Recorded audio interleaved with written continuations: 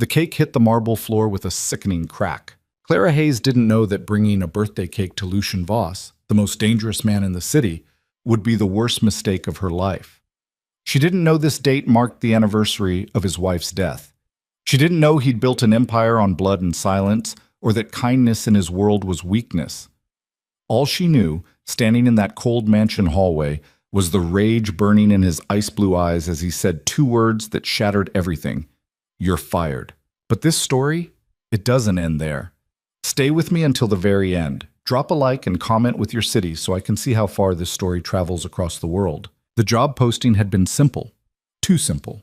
Housekeeper needed. Excellent pay. Discretion required. Clara Hayes had stared at those words on her phone screen for 3 full minutes before applying.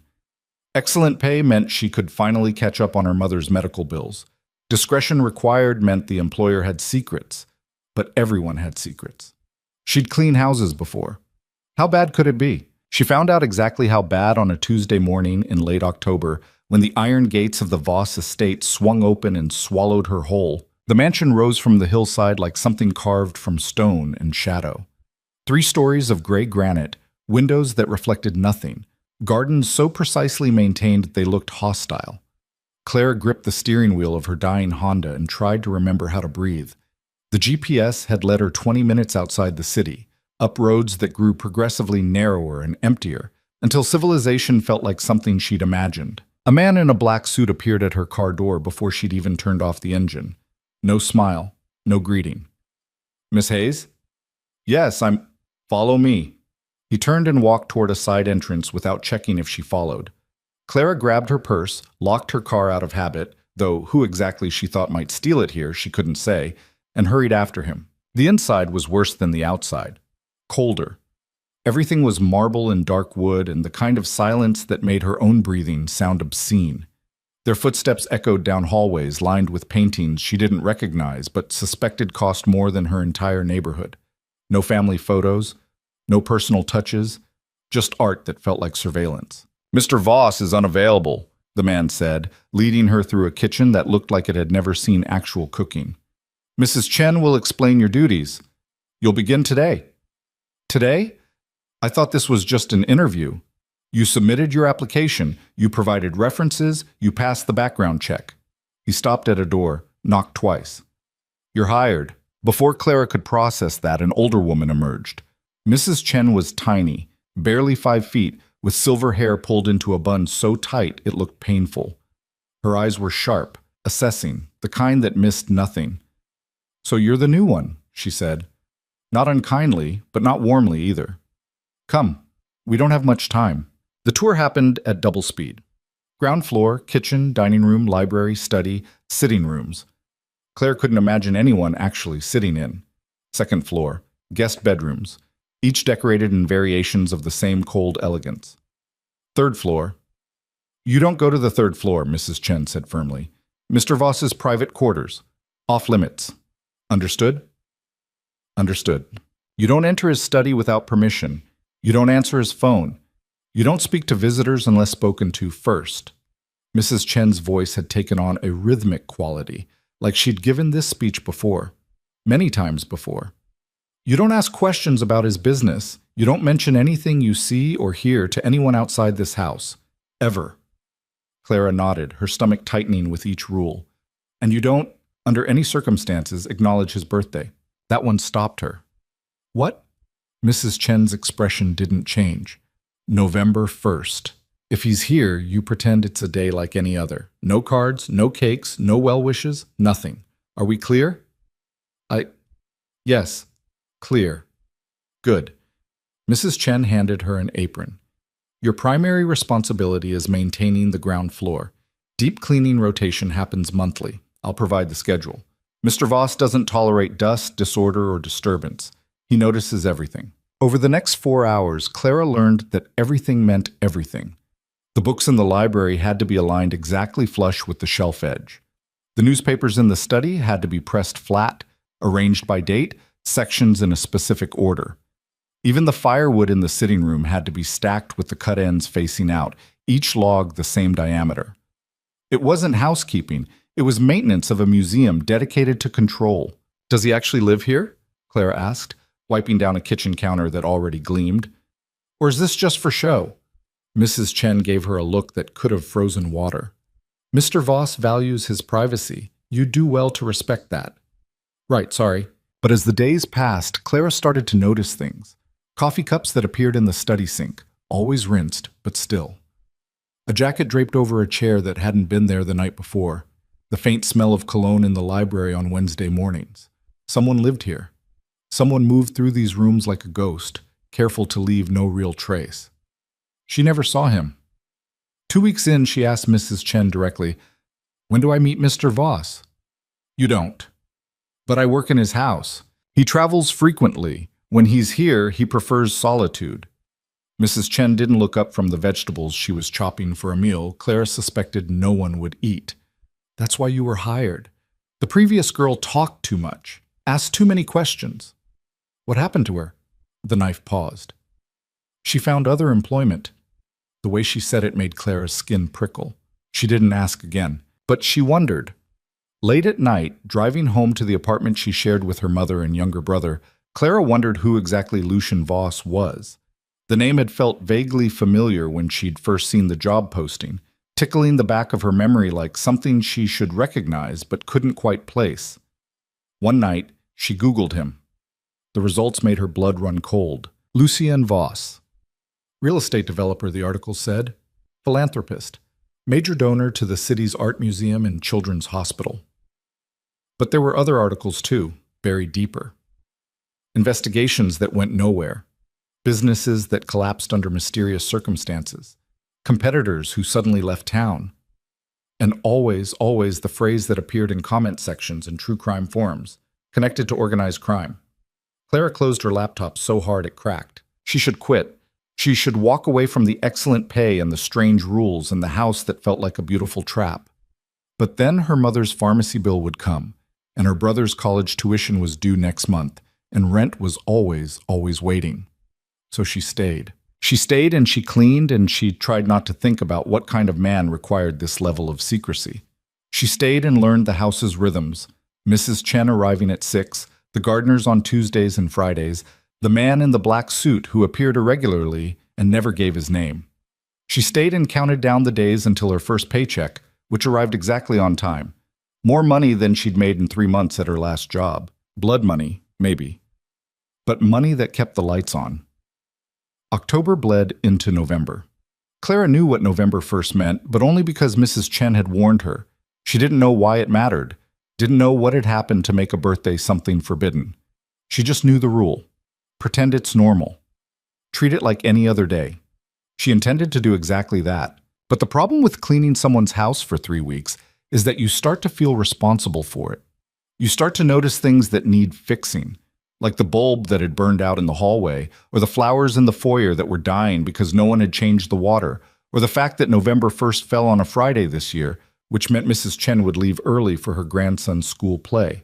Clara should have left early too, should have finished her cleaning checklist and gotten out before dark. But there was a stain on the library carpet, red wine maybe, or blood, her mind supplied unhelpfully, and she couldn't leave it. So she stayed late, scrubbing until her knees ached, and the stain finally surrendered. By the time she finished, night had fallen completely. The house felt different in the dark, larger, more aware. She gathered her supplies quickly, ready to get out. That's when she saw the calendar in the kitchen. November 1st marked with nothing, just another square in an endless grid of days. And sitting on the counter beside it, forgotten or ignored, was a small bakery box. Clara opened it before she could think better of it. A birthday cake. Chocolate with simple white frosting. A single candle. Someone had ordered it. Someone had brought it here and then, what? Changed their mind? Mrs. Chen had been so firm about the rule. But the cake was here. Real. Already paid for. Clara stared at it for a long moment. Then she did something monumentally stupid. She lit the candle. Her reasoning went like this. The cake would go to waste otherwise. Someone, maybe Mrs. Chen, maybe one of the staff Clara never met, had clearly intended it as a gesture, a small kindness. And what kind of person didn't acknowledge their own birthday? What kind of life was so controlled, so rigid, that a cake was forbidden? She found a tray, arranged the cake with a clean fork and a napkin, carried it down the hallway toward the study where she'd seen lights earlier, where someone had been drinking coffee that morning. Her hands were shaking. "This is stupid," a voice in her head screamed. Incredibly, dangerously stupid. But she'd already committed, already crossed the threshold from employee to something else. Already decided that rules designed to keep someone isolated weren't rules worth following. She knocked on the study door. No answer. She knocked again, heard nothing, and carefully pushed it open. The room was empty. Dark except for the city lights visible through the windows. She'd imagined someone working late, and she'd bring in the cake, and maybe it would be a good thing, a human thing. Clara set the tray on the desk, the candle flame reflected in the polished wood. She should blow it out. Should take the whole thing back to the kitchen and pretend this never happened. Instead, she stood there like an idiot, staring at a birthday cake for a man she'd never met. The door opened behind her. Clara spun around, her heart launching into her throat. He stood in the doorway, and the first thought that crashed through her mind was, oh. Lucian Voss was nothing like she'd imagined. Younger, for one, maybe late 30s, though his eyes looked older. Tall, lean, dressed in a black shirt with the sleeves rolled up and slacks that probably cost more than her car. Dark hair pushed back carelessly. A face that might have been handsome if it weren't so completely, utterly devoid of emotion. He looked at the cake, then at her. The temperature in the room dropped 20 degrees. "Who are you?" His voice was quiet. That made it worse somehow. "Clara Hayes. I'm your housekeeper. I started 3 weeks ago." The words tumbled out too fast. "I found the cake in the kitchen, and I thought—" "You thought?" He stepped into the room, and Clara's body screamed at her to move, to run, but her feet had become part of the floor. "You thought you'd bring me a birthday cake." "I'm sorry, I didn't realize. Mrs. Chen told me not to, but I found it already here, and I thought maybe someone had ordered it and forgotten, and it seemed wrong to just throw it away." "Get out!" The words were so soft she almost didn't hear them. Almost. "Mr. Voss, I'm really sorry. I didn't mean—" "Get out!" Louder now, not shouting, but carved from ice and absolute certainty. "You're fired. I want you gone in 5 minutes. If you're still on this property in 6, I'll have you arrested for trespassing." Clara's vision blurred. "Please, I need this job. I didn't know I'm—" "5 minutes." He turned his back on her, staring out the window at the city below, dismissing her as thoroughly as if she'd ceased to exist. "Mrs. Chen will mail your final check. Don't come back." She ran. Down the hallway, past the perfectly aligned books, and the spotless marble, and the paintings worth more than her life. She grabbed her purse from the kitchen, her hands shaking so badly she could barely grip it. 4 minutes. She had 4 minutes to get off the property before he called whoever he called when he wanted problems to disappear. Her car started on the 3rd try. The gates opened automatically as she approached, and then she was on the road, flying down the dark hillside too fast, her eyes burning with tears she refused to let fall. Stupid. Stupid. Stupid. She'd lost the best-paying job she'd ever had because she'd tried to be nice. Because she'd seen a birthday cake and thought a basic act of human decency was more important than the rules. By the time she got home, the tears had won. She sat in her car in the parking lot of her building and sobbed into her hands, thinking about the bills she couldn't pay now, about her mother's medication she couldn't afford, about how she'd have to tell her family she'd been fired for something so incredibly foolish. Clara dragged herself upstairs eventually. Her mother was asleep. The pain medication did that. Her brother Danny was at his night shift at the campus library. The apartment was dark and quiet and felt like a cage. She collapsed onto her bed, fully clothed, and stared at the ceiling, replaying the moment over and over. The look on Lucian Voss's face. The absolute zero of his voice. The way he'd turned his back like she was nothing. "What happened to you?" she thought. Not about herself, but about him. What kind of person can't accept a birthday cake? She fell asleep with that question unanswered, her phone alarm set for 6 a.m. so she could start job hunting before her family woke up and asked why she was home. Lucian Voss stood in his study for 20 minutes after Clara Hayes left, staring at the birthday cake like it might explode. The candle had burned down. Wax dripped onto the frosting in small white rivers. The whole thing looked pathetic now. Sad. He should throw it away, should call building services to remove it, should pretend the last 20 minutes hadn't happened. Instead, he reached out and touched the edge of the plate. Elena. The name crashed through him like it always did, bringing everything with it. Her smile, her laugh, the way she used to bake him birthday cakes from scratch, chocolate with white frosting, exactly like this one. The way she'd light a candle and sing off key and make him feel like a person instead of a weapon. 7 years. 7 years since the car accident that wasn't an accident. 7 years since he'd buried her and built walls so high nothing could reach him. 7 years since he'd let himself feel anything beyond the cold calculation required to run an empire built on fear. And some girl, some housekeeper who'd been here 3 weeks, had waltzed into his study with a birthday cake and broken every rule specifically designed to prevent this. Lucian sat down heavily in his chair. He'd fired her. Of course he'd fired her. That's what you did with problems. You eliminated them quickly, cleanly, before they could grow. But sitting here now, alone in the dark with a melting birthday cake, he felt something he hadn't felt in 7 years. Regret. She'd been trying to be kind, that's all. She'd seen a cake and thought someone should acknowledge his birthday, rules be damned.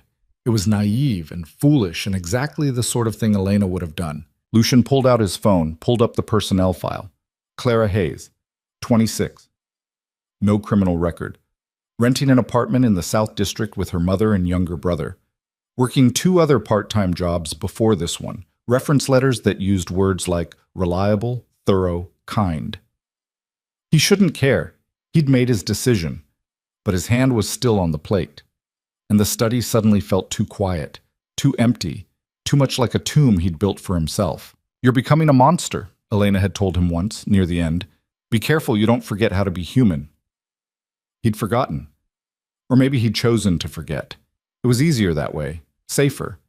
You couldn't lose what you never let yourself have.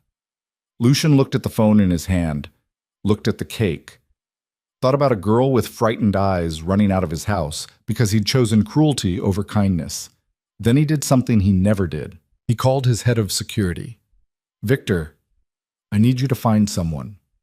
Clara woke up to her phone ringing at 3 a.m. Unknown number. She almost didn't answer, but something, instinct or desperation, made her pick up. Hello? Miss Hayes, this is Victor Chen, head of security for Lucian Voss. Her stomach dropped. If this is about trespassing charges, it's not. A pause. Mr. Voss would like to speak with you, in person, tomorrow morning, 9 a.m. I don't understand. Neither do I, Victor said, and he sounded genuine. But when he makes a request, I fulfill it. Will you be there? Clara sat up, her mind racing. This was a trap. Had to be. Men like Lucian Voss didn't just invite fired employees back for coffee. What does he want? He didn't say, but I suspect... Victor's voice softened slightly. I suspect it might be an apology. The line went dead. Clara stared at her phone, her heart hammering. An apology. From a man who'd looked at her like she was dirt on his expensive shoes. She should say no. Should block the number and forget the Voss mansion and everyone in it. But that word, apology, kept echoing. And underneath her fear, underneath the rational voice screaming that this was dangerous, was something else. Curiosity. The same impulse that had made her light the candle in the first place. What kind of person can't accept a birthday cake? Maybe she was about to find out. Clara set her alarm for 7. She'd go. She'd listen to whatever Lucian Voss had to say, and then she'd decide if a man who lived in a fortress of rules deserved a second chance. Or if she should run and never look back. Clara wore the same black pants and white blouse she'd worn to her original interview because it was the only professional outfit she owned that didn't have coffee stains. She stood outside the iron gates at 8:55, her phone showing 3 missed calls from Danny asking where she was going so early, and tried to convince herself this wasn't the dumbest decision she'd ever made. The gate swung open without her touching the intercom. She drove up the hill slower this time, noticing things she'd been too nervous to see before. The cameras tucked into the trees, the way the driveway curved to prevent anyone from seeing the house until the last moment. The complete absence of neighbors, of witnesses, of anyone who might hear you scream. Stop it, she told herself. You're being paranoid. But her hands were sweating on the steering wheel. Victor Chen met her at the same side entrance. He looked exactly like his voice had sounded on the phone, mid-50s, compact, with the kind of stillness that suggested violence was always an option, but rarely necessary. "Miss Hayes, thank you for coming." Did I have a choice? Something that might have been respect flickered across his face. "There's always a choice. Mr. Voss is in the garden, this way." The garden. She'd seen it from the windows, but never actually walked through it. In daylight, it was stunning. Geometric hedges, stone pathways, a fountain that probably cost more than her mother's surgery. Everything precise, everything controlled. Lucian Voss stood with his back to her, looking at something Clara couldn't see. He wore jeans today, which somehow made him seem more dangerous, not less, like he'd stopped pretending to be civilized. Victor coughed softly. "Sir, Miss Hayes is here." Lucian turned around and Clara's stomach did something complicated. He looked tired. That was the first thing she noticed. Not angry, not cold, just exhausted, like he hadn't slept in days. "Thank you, Victor. Leave us." "Sir, it's fine." Lucian's voice was quieter than she remembered. "I'm not going to hurt her." Victor hesitated, then nodded and walked back toward the house. Clara watched him go and felt suddenly, acutely aware that she was alone with a man who people whispered about in the same breath as organized crime. "You came," Lucian said. "You called at 3 a.m. I figured it was important." "It is." He gestured to a bench near the fountain. "Please, sit." Clara sat because her knees were shaking and she didn't want him to notice. Lucian remained standing, hands in his pockets, looking anywhere but at her. "I owe you an apology," he said finally. "What I said last night, how I reacted, was unacceptable." She blinked. Of all the things she'd expected, that wasn't one of them. "Okay, it wasn't your fault. You didn't know." He paused and something crossed his face, pain maybe, or memory. "November 1st is difficult for me. Has been for 7 years. I don't celebrate it, don't acknowledge it. Mrs. Chen knows this. Everyone who works for me knows this." "She told me not to bring you anything," Clara admitted. I found the cake and I thought someone had forgotten it, and it seemed wasteful." "It was ordered by mistake. A new caterer who didn't have the updated notes." Lucian finally looked at her, and his eyes were a blue so pale they were almost gray. "But that's not your responsibility. You were trying to do something kind, and He stopped, seeming to struggle with the words. "I punished you for it." Clara didn't know what to say. She'd expected threats, maybe legal action, possibly something worse. Not this, not a man who looked like he was physically forcing himself to be vulnerable. "My wife died 7 years ago today," Lucien said quietly. "Car accident. She used to bake me birthday cakes. Chocolate with white frosting, every year." His jaw tightened. "When I saw what you'd brought, I wasn't seeing you. I was seeing her. And it hurt too much." The fountain burbled in the silence. Claire's throat felt tight. "I'm sorry," she whispered. "I didn't know." "How could you?" Lucian sat down on the bench, careful to leave space between them. "I've built my entire life around making sure no one knows anything about me. It's safer that way, cleaner. But it also means I've become..." He exhaled roughly. "Someone I don't particularly like." Clara studied his profile. The sharp line of his jaw. The tension in his shoulders. He looked like a man holding himself together through sheer force of will. "Why did you call me here?" she asked. "To apologize. And to offer you your job back if you want it." He turned to face her, with a significant raise, "and my word that I won't fire you for trying to be human." "That's it?" "What else would there be?" Clara laughed. The sound startled out of her. "I don't know. I spent half the night convinced you were going to have me killed or something." Lucian's expression didn't change. "I don't kill housekeepers, Miss Hayes. I'm not that far gone." "Yet," she said, before she could stop herself. This time, something that might have been amusement touched his mouth. "Yet," he agreed. They sat in silence for a moment. Clara tried to reconcile the man beside her with the monster she'd Googled. He'd just told her about his dead wife, had apologized, was offering her a second chance. But the articles hadn't been wrong, had they? The investigations, the whispers, the competitors who disappeared, those were real. "Can I ask you something?" she said. "You can ask." I may not answer. Are you dangerous? Lucian considered this. Yes. To me? No. He said it with absolute certainty. Never to you. Why not? Because you brought me a birthday cake. He stood up, brushing invisible dust from his jeans.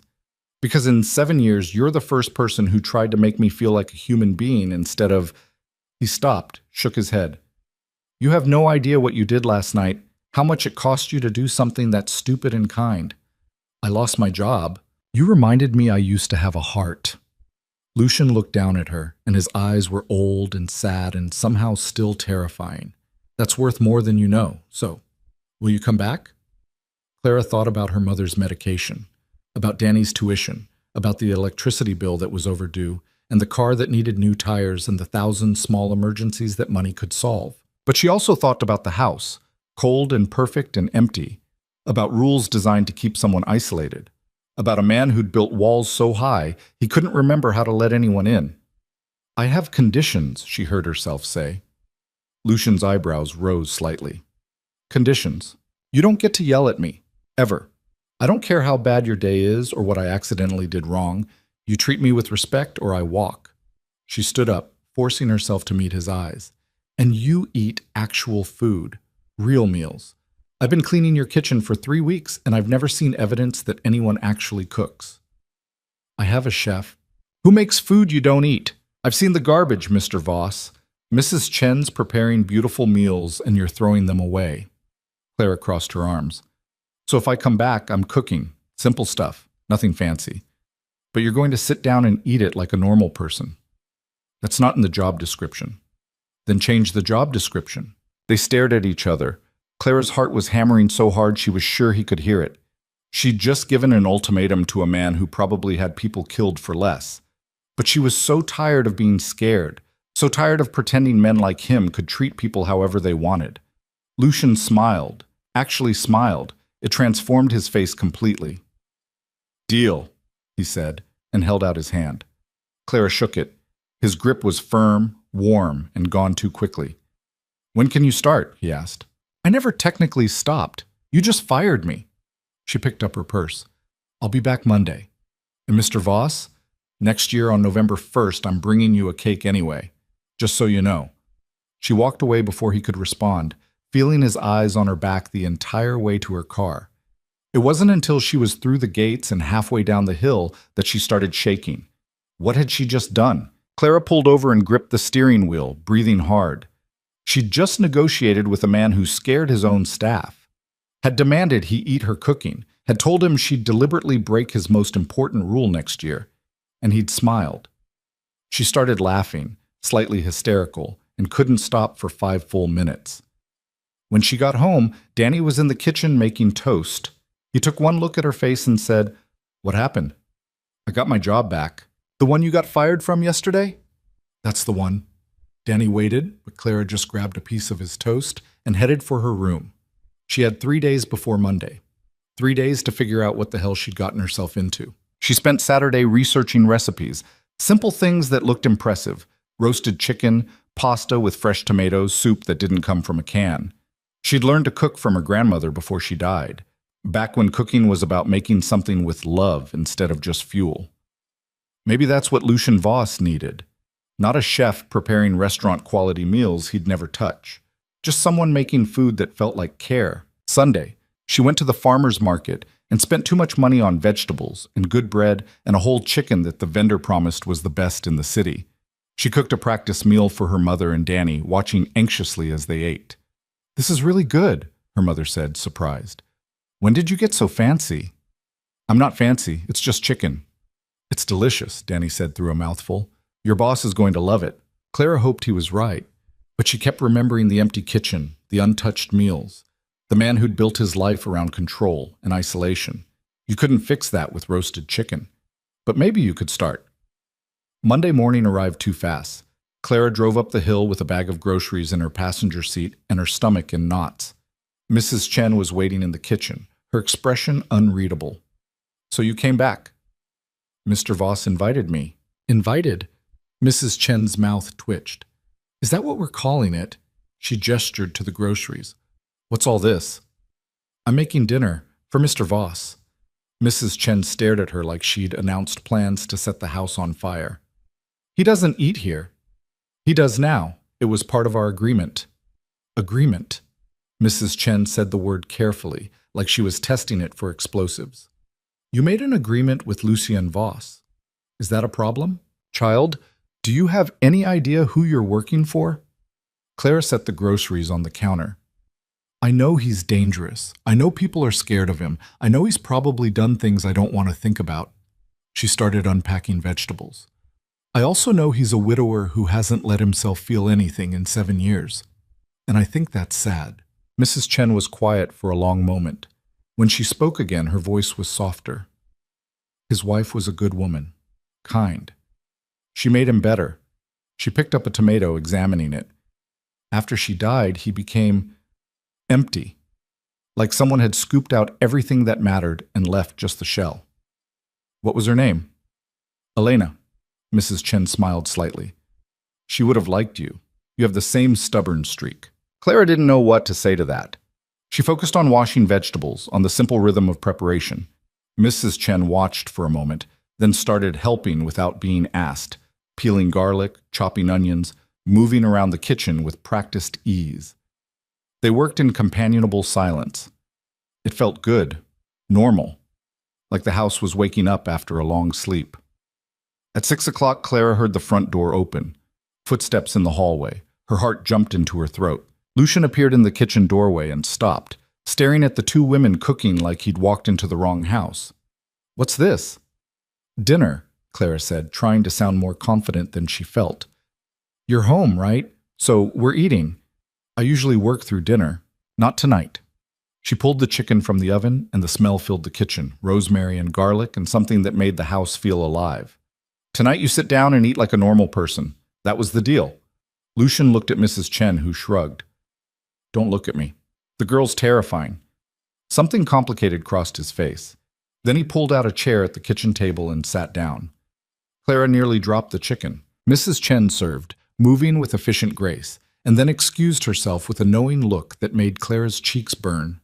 Suddenly it was just her and Lucien Voss in the kitchen, with a roasted chicken between them like some kind of absurd peace offering. I don't usually eat in the kitchen, Lucien said. Where do you usually eat? I don't. Clara cut into the chicken, plated it with roasted vegetables and bread, set it in front of him. Their fingers brushed when she handed him a fork, and she pulled back too quickly. Eat, she said. He did. And for a moment, watching him take that first bite, Clara forgot to be afraid, forgot about the articles and the whispers and the danger. She just saw a man who'd been alone too long, tasting something made with care. It's good, he said quietly. Don't sound so surprised. I'm not. I'm just... He stopped, shook his head. When was the last time someone cooked for me? Mrs. Chen cooks for you every day. That's different. She's staff. This is... He gestured vaguely at the table. This feels like something else. Clara sat down across from him with her own plate. It's just dinner. Nothing with you is just anything, Miss Hayes. They ate in silence for a while. It should have been awkward, sitting in a mansion kitchen with a man she barely knew, a man who scared everyone who met him. But it wasn't. It felt oddly peaceful, like they'd stumbled into a pocket of normalcy neither of them knew how to handle. Tell me about your family, Lucien said suddenly. Clara looked up, surprised. Why?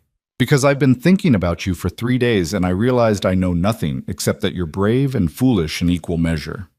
I'm not brave. You told me to eat your cooking or you'd quit. That's either brave or suicidal. He took another bite.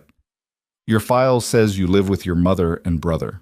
Danny, he's 20, studying engineering at State College, works nights at the campus library to help with tuition. Clara pushed vegetables around her plate. My mom has chronic pain from a car accident 5 years ago. She can't work much, so it's mostly on me and Danny to keep things together. And your father? Gone. Left when I was 16. Haven't heard from him since. Lucien nodded slowly. So you're the one holding everything up. Someone has to. That's a heavy burden for 26. Yeah, well. Clara met his eyes. We all carry things. At least mine are people I love. The words hung between them. Lucian set down his fork, and for a moment he looked lost. Then he said, Elena used to say something similar, that the weight of love was better than the emptiness of freedom. She sounds wise. She was. His voice went rough. She saw things in me I couldn't see myself, made me want to be better than I was. When she died, He stopped, jaw working. I stopped trying. Clara reached across the table without thinking, covering his hand with hers. He went still, staring at their joined hands like he'd forgotten what touch felt like. Maybe you could start again, she said softly. I wouldn't know how. Start small. Eat dinner with another human being. That's something. Lucian turned his hand over, threading his fingers through hers. His palm was warm, calloused in places she hadn't expected. Is this appropriate? Holding hands with your employer? Probably not. Should we stop? Clara considered. Every rational part of her brain screamed yes. This was her boss, a dangerous man, someone she should keep at arm's length, but his hand felt solid and real and desperately lonely. Not yet, she whispered. They stayed like that until the food went cold, until Mrs. Chen returned and cleared her throat loudly, making them spring apart like guilty teenagers, until the moment broke and Clara had to go home, leaving Lucian sitting alone in the kitchen with the ghost of her hand still warm in his. Driving down the hill that night, Clara couldn't stop thinking about the way he'd looked at their joined hands, like she'd given him something precious and fragile, like he was terrified of breaking it. She was in so much trouble. The next few weeks developed a rhythm that felt dangerous in its normalcy. Clara would arrive at 8, clean the house with Mrs. Chen until 5, then cook dinner. Most nights, Lucian was there. He'd sit at the kitchen table with his laptop, working while she chopped vegetables, and they'd talk about nothing important. Books, weather, the stray cat that kept appearing in the garden. They never talked about his work, never mentioned the black SUVs that sometimes pulled up at odd hours, or the men in expensive suits who met him in the study. Clara learned to recognize the signs. When he came home with tension in his shoulders and shadows in his eyes, she'd make something simple and comforting. Soup, grilled cheese, things that tasted like care instead of pity. He never asked her to do it. Never demanded anything beyond her original job description, but he always ate what she made, always stayed to talk while she cleaned up, always looked at her like she was solving some equation he couldn't quite figure out. You're staring again, Clara said one night, washing dishes while he sat at the table. Sorry. Don't apologize, just tell me why. Lucian was quiet for a moment. You're not afraid of me. Should I be? Most people are. Clara dried her hands, turned to face him. I think you want people to be afraid. It's safer that way. Easier to control. She leaned against the counter. But I'm not most people. No, he said softly. You're really not. Something shifted in the air between them. Clara felt it like static electricity, raising the hair on her arms. Lucian stood up, crossed the kitchen in 3 long strides, and stopped just close enough that she could feel the heat of him. This is a terrible idea, he said. What is? This. You. Everything I'm thinking right now. Clara's heart hammered. Then stop thinking. He laughed, short and pained. If it were that easy. But he didn't move away.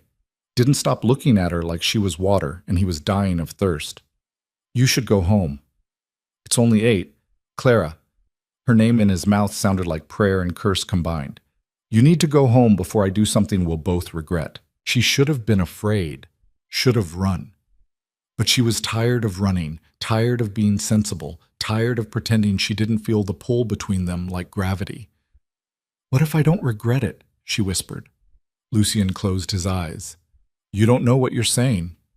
I know exactly what I'm saying. You know nothing about me, about what I've done, what I'm capable of. Then tell me. She stepped closer. Tell me the worst thing you've ever done. Give me a reason to be afraid. He opened his eyes, and they were anguished. I've killed people, Clara. Not directly, maybe, but my orders, my decisions. People have died because of me. I've ruined lives, destroyed families, built an empire on blood and fear. His voice dropped. And the worst part is, I do it all again to protect what's mine. Clara should have run, should have called the police or quit or done literally anything except step even closer. Are you trying to scare me? She asked. Yes. It's not working. Then you're an idiot. Probably.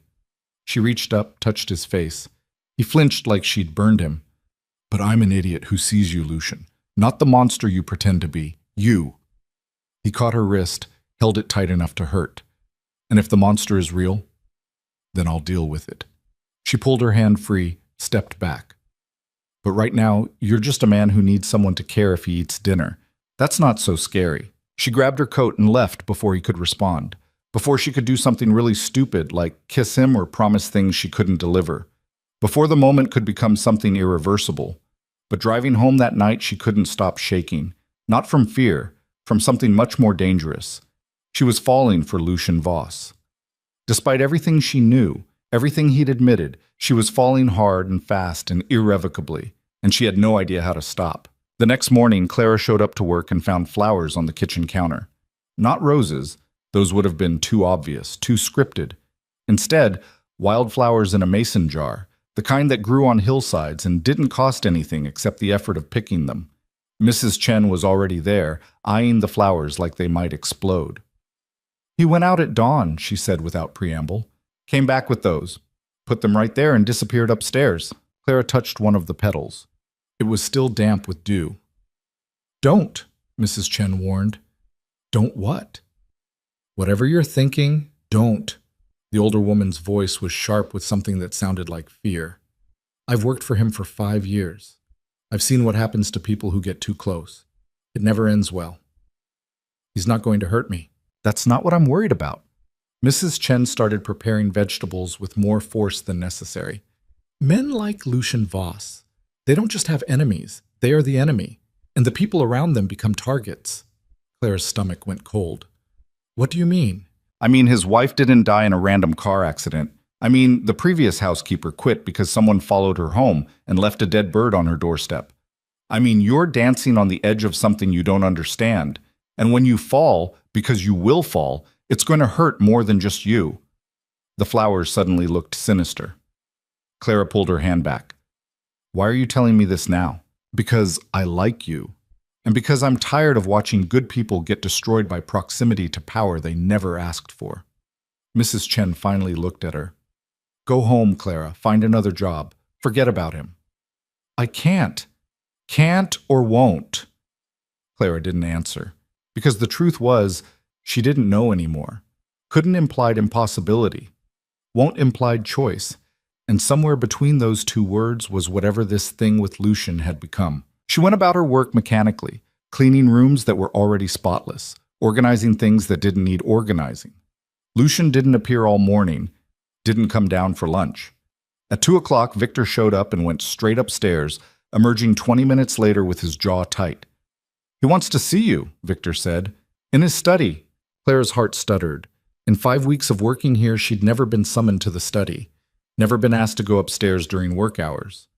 This felt significant. Wrong. Why? He didn't share that information with me. She climbed the stairs slowly, each step feeling like a mistake. The second floor was familiar territory now. Guest rooms she dusted weekly, bathrooms she scrubbed every Friday. But the third floor was still forbidden. She'd never broken that rule. Until now. The study door was open. Lucian stood at the windows overlooking the garden, his back to her, wearing a suit that probably cost more than her rent. He looked every inch the dangerous man everyone warned her about. Close the door, he said without turning. Clara did, her hands shaking slightly. The flowers, she started, were a mistake. He turned around and his face was carefully blank. I'm sorry, that was inappropriate. Oh. The word came out smaller than she intended. This, whatever this is between us, it needs to stop. His voice was steady, controlled, nothing like the warmth from last night. You're my employee. I'm your employer. We had dinner together a few times, that's all. Clara felt something crack in her chest. That's all? That's all it can be. Why? Because Mrs. Chen told me people who get close to you become targets? Because your wife was killed by your enemies? Because I'm not allowed to care about you without risking my life? Lucian's jaw tightened. She had no right to tell you that. But it's true. He didn't answer, which was answer enough. Clara crossed her arms, fighting to keep her voice level. So what? You're going to push me away for my own safety? That's very noble and also complete garbage. Excuse me? You heard me. This whole tortured protector thing. I'm too dangerous. You need to leave. I'm doing this for your own good. It's a coward's way out. She stepped closer, anger overriding fear. If you don't want me here, if you don't feel what I feel, just say it. But don't hide behind protecting me like that makes you some kind of hero. You have no idea what you're talking about. Then explain it to me. Tell me exactly how caring about you is going to get me killed. Give me specifics instead of vague warnings. Lucian moved so fast she didn't see it coming. Suddenly, he was right there, inches away, his hands gripping her shoulders hard enough to hurt. You want specifics? Fine. 3 years ago, I had a girlfriend.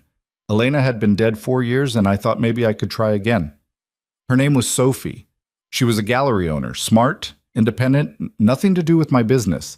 We dated for 2 months before someone planted a bomb in her car. His fingers dug into her shoulders. She survived. Barely. Lost her left leg below the knee. Moved to Europe and won't even say my name anymore. Clara couldn't breathe. 2 years before that, I had a business partner who got too close, who I trusted too much. They used him to get to me, kidnapped him, tortured him for information, left him in an alley missing 3 fingers and most of his sanity. Lucian's eyes were wild now, all the control stripped away. And Elena, my wife, the woman I loved more than my own life, they ran her off the road because I made a deal someone didn't like. So when I say you need to leave, when I say this can't happen, I'm not being noble. I'm trying to keep you alive. He let go of her and stepped back, breathing hard. Clara's shoulders ached where his hands had been. I'm sorry, she whispered. I didn't know. Of course you didn't know. I don't talk about it. I don't think about it if I can help it. He ran a hand through his hair, destroying its careful style. I just try to keep everyone at a distance so this doesn't happen again. But it's happening anyway. Yes. The word came out broken.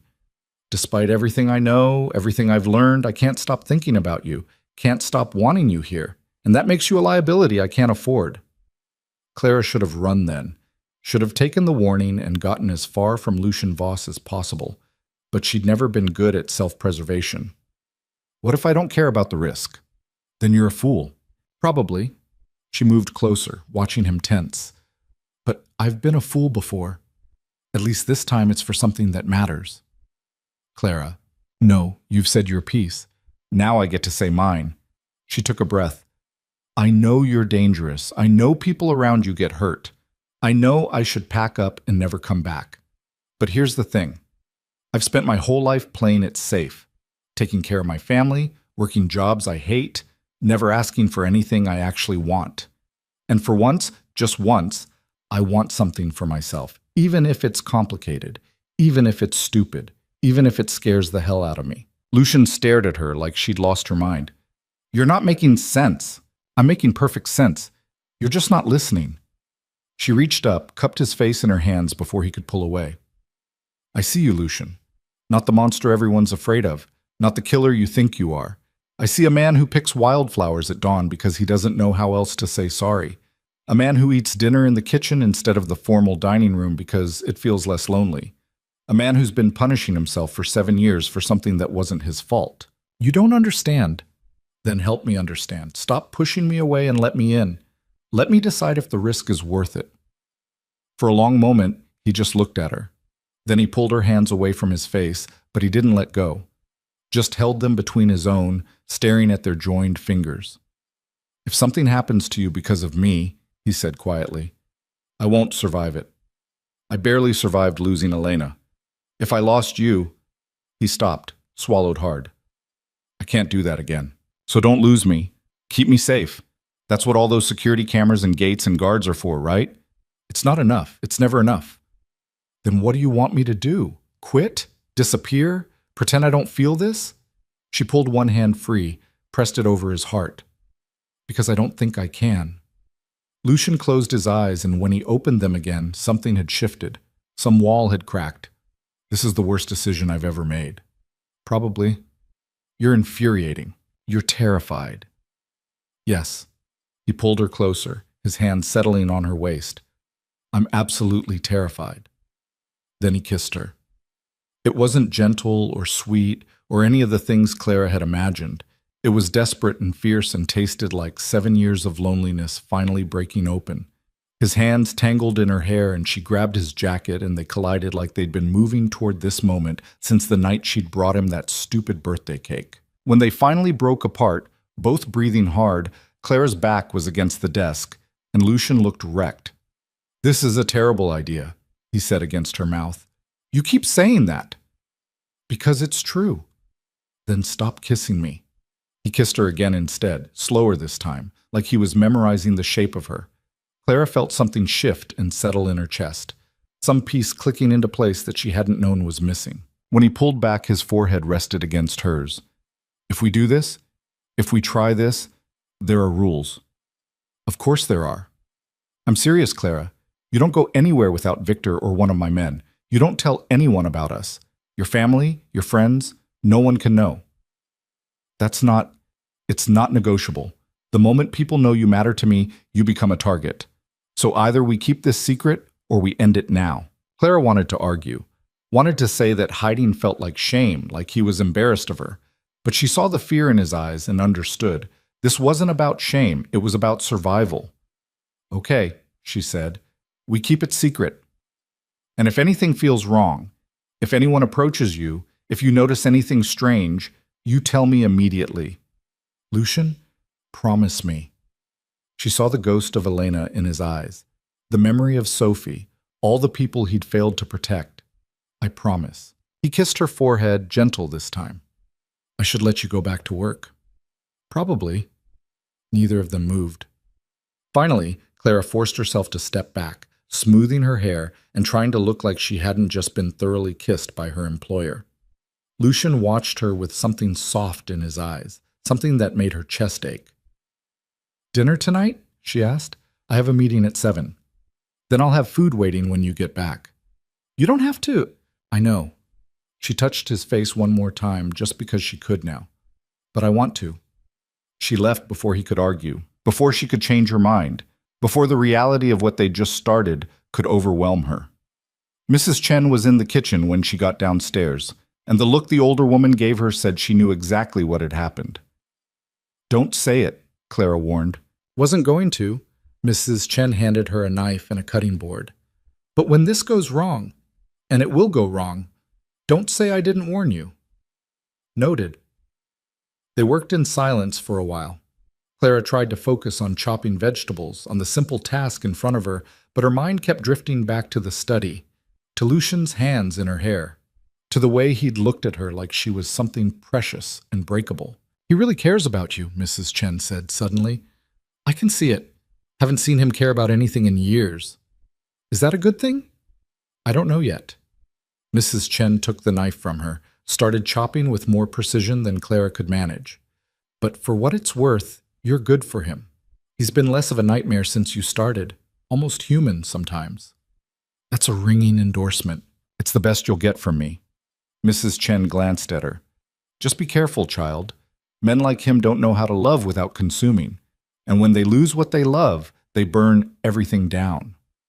Clara thought about that all afternoon, about what it meant to be loved by someone dangerous, someone who'd already lost too much, someone who thought protection meant isolation.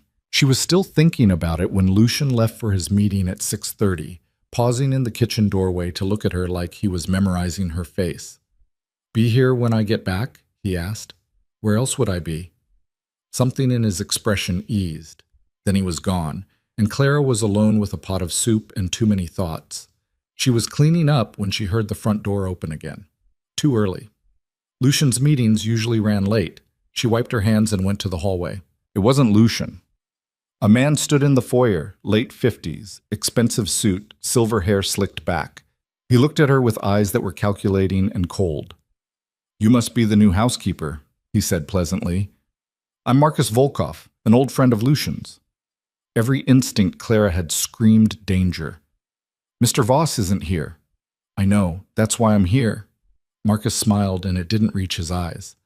"I wanted to meet you, the girl who brought him a birthday cake." Clara's blood went cold. "How do you know about that?" "I make it my business to know things about Lucian, especially when those things might be vulnerabilities." He stepped closer, and Clara fought the urge to run. You're very pretty. I can see why he's interested. You even look a bit like Elena, don't you? Same coloring, same build. Tell me, has he mentioned her? I think you should leave. I'm sure you do, but we're just having a conversation. Between friends. Marcus circled her slowly, like a predator assessing prey. Here's the thing about Lucian. He doesn't let people in. Not anymore. Not since Elena died. So when someone manages to slip past his defenses, well, that's worth paying attention to. I don't know what you're talking about. Don't you? Marcus stopped in front of her. You're here every day, cooking for him, making him feel things he hasn't felt in years. Making him weak. Clara's hands clenched into fists. Get out! Or what? You'll call security? Victor's very loyal, but he works for Lucian, not you. And Lucian isn't here. Marcus reached out, touched a strand of her hair. Clara jerked back. Such a waste. You seem like a nice girl. Wrong place, wrong time, wrong man. The front door opened. Lucian stood there, and the expression on his face made Clara's breath catch. Pure rage, barely contained. Marcus, what the hell are you doing in my house? Marcus turned, all easy charm. Lucian, I was just meeting your lovely housekeeper. You didn't tell me you'd hired someone new. Get out. We were just talking. Lucian moved. One moment he was by the door, the next he had Marcus shoved against the wall, forearm across his throat. If you ever come near her again, if you ever speak to her, if you even think about her, I will end you. Are we clear? Marcus laughed, even with Lucian choking him. There it is, the old Lucian, the one who burns everything down when threatened.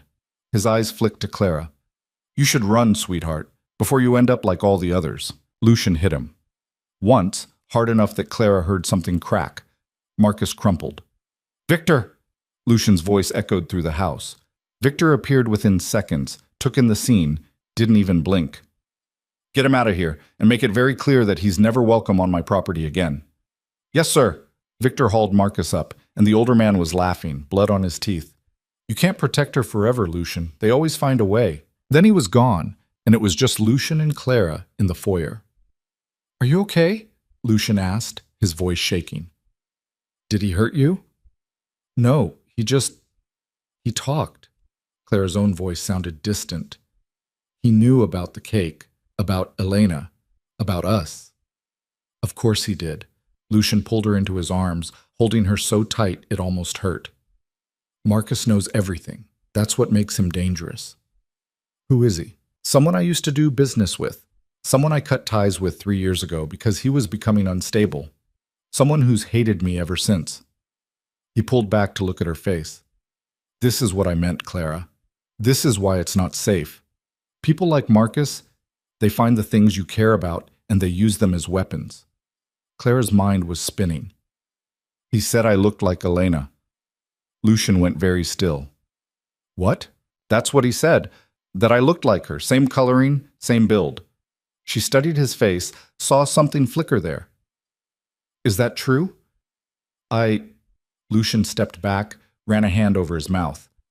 There's a superficial resemblance. Dark hair, similar height. But that's not... Clara, that's not why Are you sure? The question came out harder than she intended. Because suddenly I'm wondering if you even see me, or if you just see her. That's not fair, isn't it? You've been alone for 7 years. You shut everyone out. Then I show up with a birthday cake that reminds you of her, and suddenly you can't stay away. Clara's eyes burned. Maybe I'm just a convenient replacement, a way for you to feel something without actually moving on. That's not true. Then why didn't you tell me I looked like her? Because it doesn't matter. It matters to me. Clara's voice cracked. I need to know if you're falling for me or falling for a memory. Lucian looked stricken. Clara, I should go. She grabbed her coat, her purse. I need to think. Please don't leave like this. Why not? You're the one who said this was a mistake. She headed for the door, tears blurring her vision. Maybe you were right. She was in her car before he could stop her, pulling out of the driveway too fast. In her rearview mirror, she saw him standing in the doorway, looking like she'd gutted him. But she couldn't stop. Couldn't stay there with all those questions screaming in her head. Did he love her or her resemblance to a ghost? Was she Clara Hayes or just a substitute for Elena? The drive home was a blur. She parked in her building's lot and sat there, gripping the steering wheel, trying to breathe through the panic. Her phone rang. Lucien. She declined the call. It rang again and again. On the fourth try, she answered, "What?" "I need you to listen to me." His voice was rough. "Just listen." "I'm listening." "Yes, you look like Elena, but that's not why I care about you. That's not why I can't stop thinking about you." He paused. "When Elena was alive, I was a different person. Softer. She brought out the best in me. When she died, I became someone I didn't recognize. Someone cold and ruthless and empty." Clara didn't say anything. "Then you showed up with that damn cake, and for the first time in 7 years, I felt human again. Not because you reminded me of her, because you made me remember who I used to be, who I could be again." His voice dropped. "You're not a replacement, Clara. You're a second chance. And those are not the same thing." The tears came then, hot and fast. "I'm scared," she admitted, "of all of this. Of you. Of what people like Marcus will do to get to you." "I know. I'm scared too." She heard him breathe. "But I meant what I said earlier. I'll keep you safe, whatever it takes." "What if safe means leaving?" Silence. Then, "Is that what you want?" Clara closed her eyes, thought about the kitchen and the wildflowers and the way he'd kissed her like she was air, thought about Marcus's cold eyes and Mrs. Chen's warnings and the empire built on blood. "No," she whispered, "but I don't know if what I want is enough. Come back, please. We'll figure this out together. I need time to think." "How much time?" "I don't know. A few days? Maybe more." Another pause. "Okay. Take the time you need. But Clara?" "Yeah?" "Don't disappear on me. I've lost enough people. I can't—" His voice broke. "I can't lose you too." She hung up before he could hear her crying, before she could change her mind and drive back to that fortress of a house and pretend everything was fine. But everything wasn't fine. And sitting in her car in the dark, Clara realized she'd crossed a line she couldn't uncross. She'd fallen in love with a dangerous man who lived in a dangerous world. And now she had to decide if love was worth the cost. Because sooner or later, someone was going to make her pay. Clara didn't go back for 3 days. She called Mrs. Chen and said she was sick, which wasn't entirely a lie. Her stomach churned every time she thought about Marcus Volkov's cold smile, about the way Lucien had looked when she'd asked if she was just a replacement. She felt sick with doubt and fear, and something that might have been grief for a relationship that had barely started before cracking apart. Danny noticed on the second day. He cornered her in the kitchen while she was staring at coffee she hadn't bothered to drink. "Who is he?" her brother asked. "What?" "The guy who's got you looking like someone died. Who is he?" Clara tried to laugh it off. "I don't know what you're talking about. You've been checking your phone every 5 minutes. You jump every time it rings, and you haven't been to work since Tuesday." Danny sat down across from her. "So either you got fired again, or there's a guy. And since you're still stressed about money, I'm guessing it's the guy." She should have lied, should have brushed him off and changed the subject, but she was tired of carrying everything alone. "It's complicated," she said quietly. "Is he married?" "No, widowed." "Is he treating you badly?" Clara thought about wildflowers and kitchen dinners and the way Lucien had held her like she was made of glass. "No. He treats me like I'm the most important thing in the world." Then what's the problem? How could she explain that the man she was falling for had people killed, that his last girlfriend lost a leg to a car bomb, that she might look like his dead wife and couldn't tell if that mattered? "He's dangerous," she said instead. "People around him get hurt."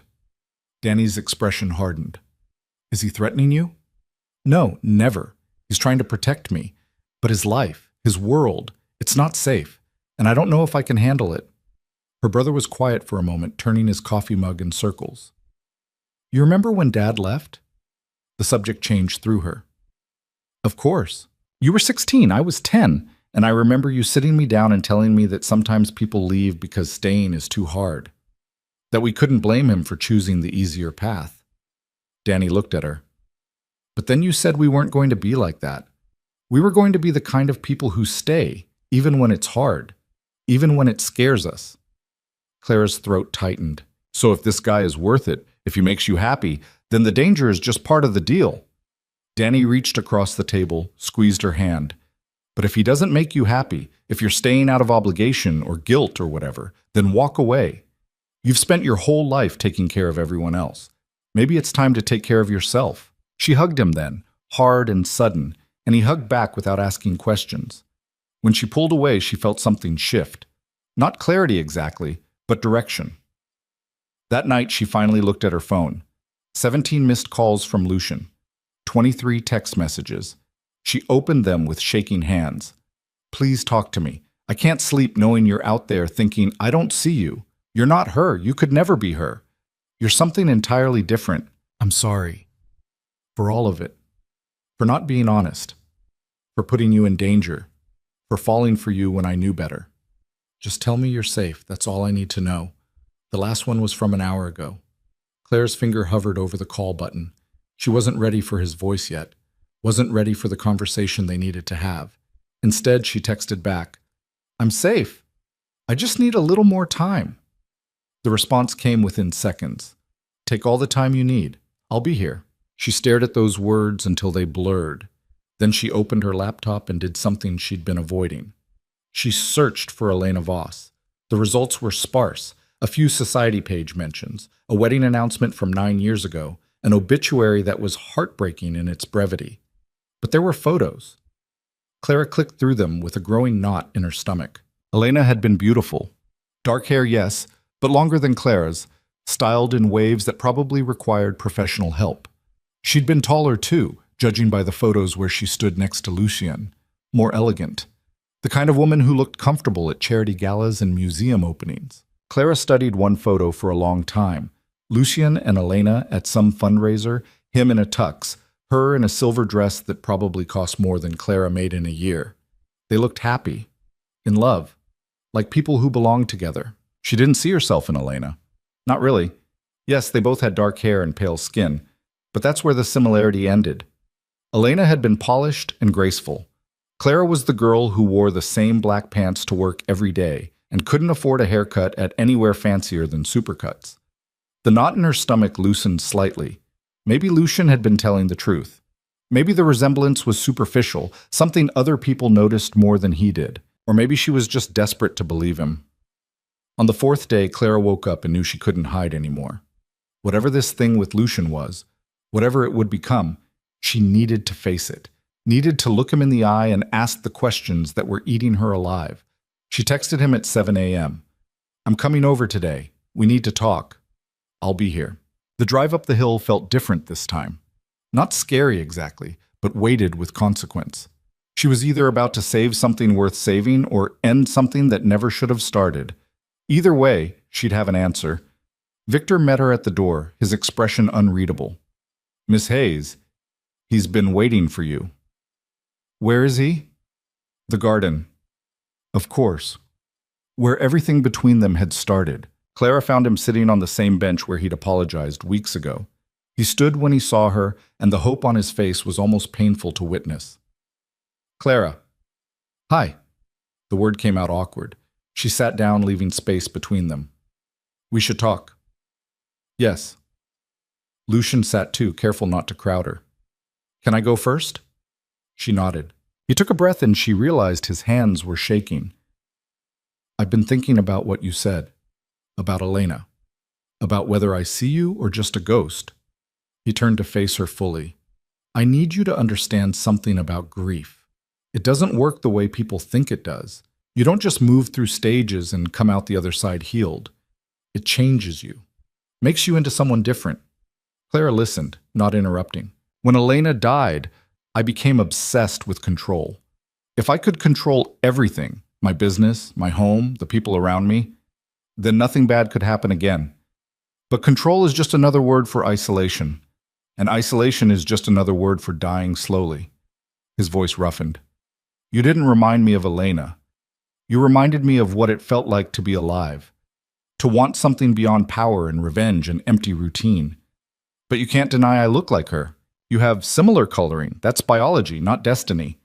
Lucian reached out, stopped himself before touching her. Can I show you something? Okay. He pulled out his phone, opened the Photos app, handed it to her. The screen showed a picture of Elena, a candid shot, laughing at something off camera.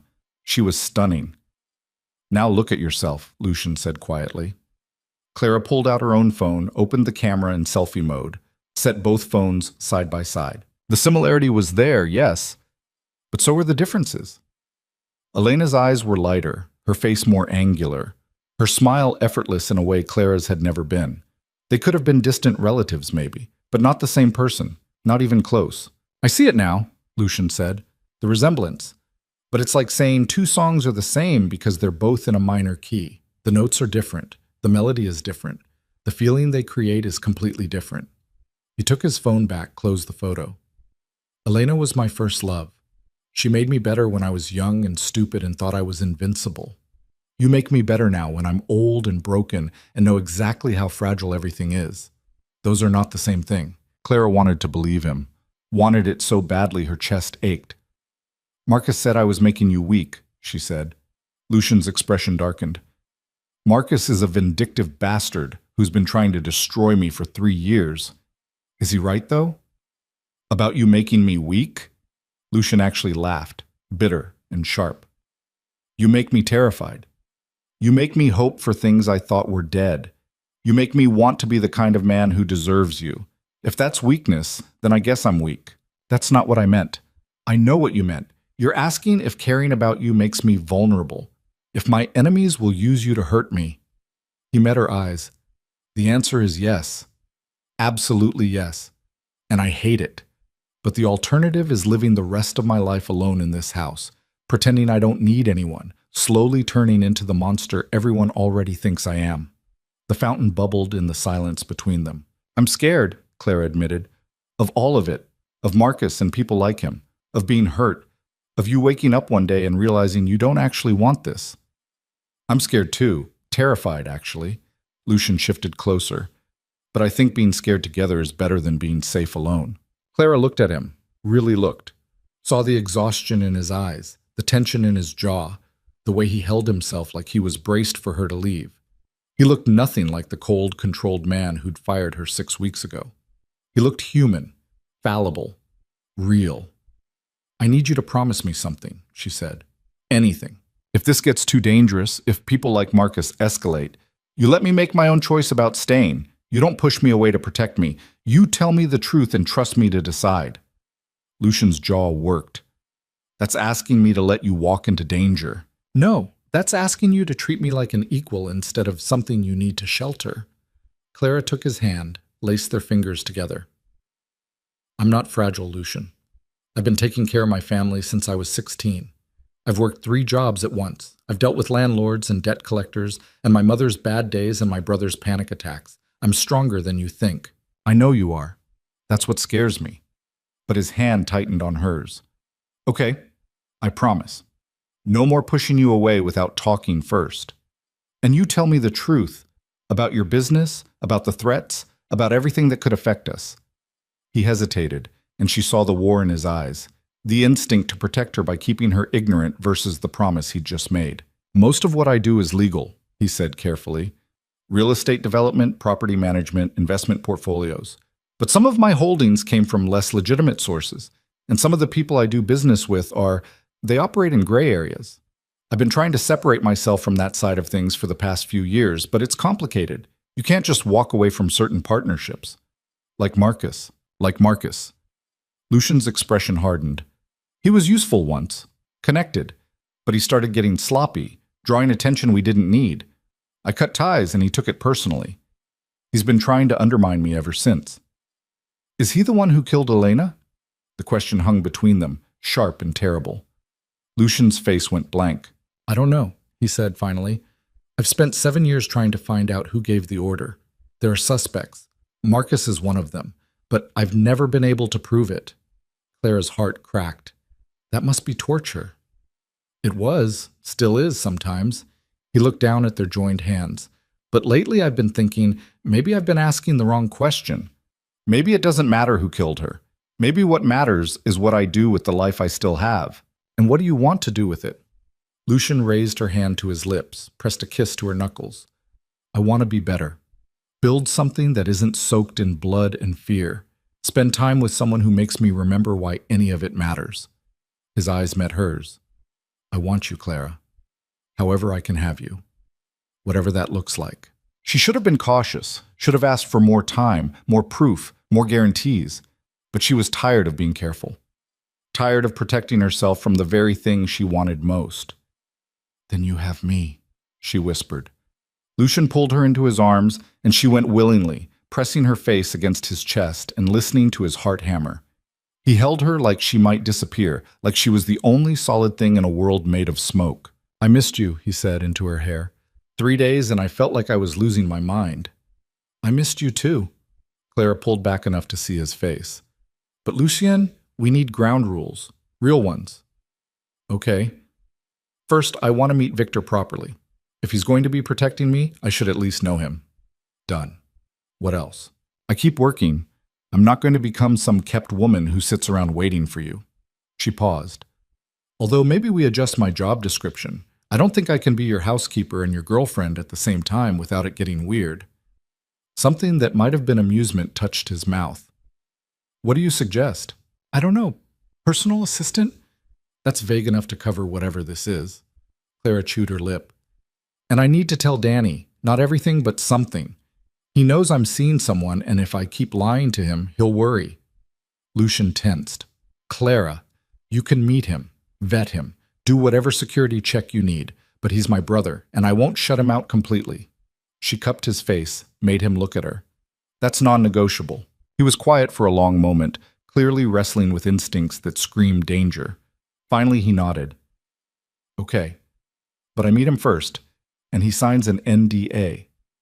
An NDA? He's my brother, not a business partner. He's also a college student who talks to friends and posts on social media. I'm not trying to be controlling, Clara. I'm trying to keep you both safe. Lucian's voice was gentle but firm. If word gets out that you matter to me, you become a target. I need to know that your brother understands the stakes. It was paranoid, excessive, exactly the kind of thing that should have sent her running. But looking into Lucian's eyes, seeing the genuine fear there, Clara understood. This wasn't about control. It was about trauma. About watching people he loved get hurt and being powerless to stop it. Okay, she said. He signs the NDA, but you have to be nice when you meet him. No intimidation tactics. I'm always nice. Lucian. Fine. I'll be on my best behavior. She kissed him then, soft and slow, and felt him relax into it. When they pulled apart, he was almost smiling. Stay for dinner? He asked. I have groceries in my car. I was planning on it. You brought groceries? I know you haven't been eating properly. Mrs. Chen texted me. Clara stood, pulling him up with her. So yes, I brought groceries, and you're going to sit in the kitchen and keep me company while I cook, and we're going to pretend this is normal.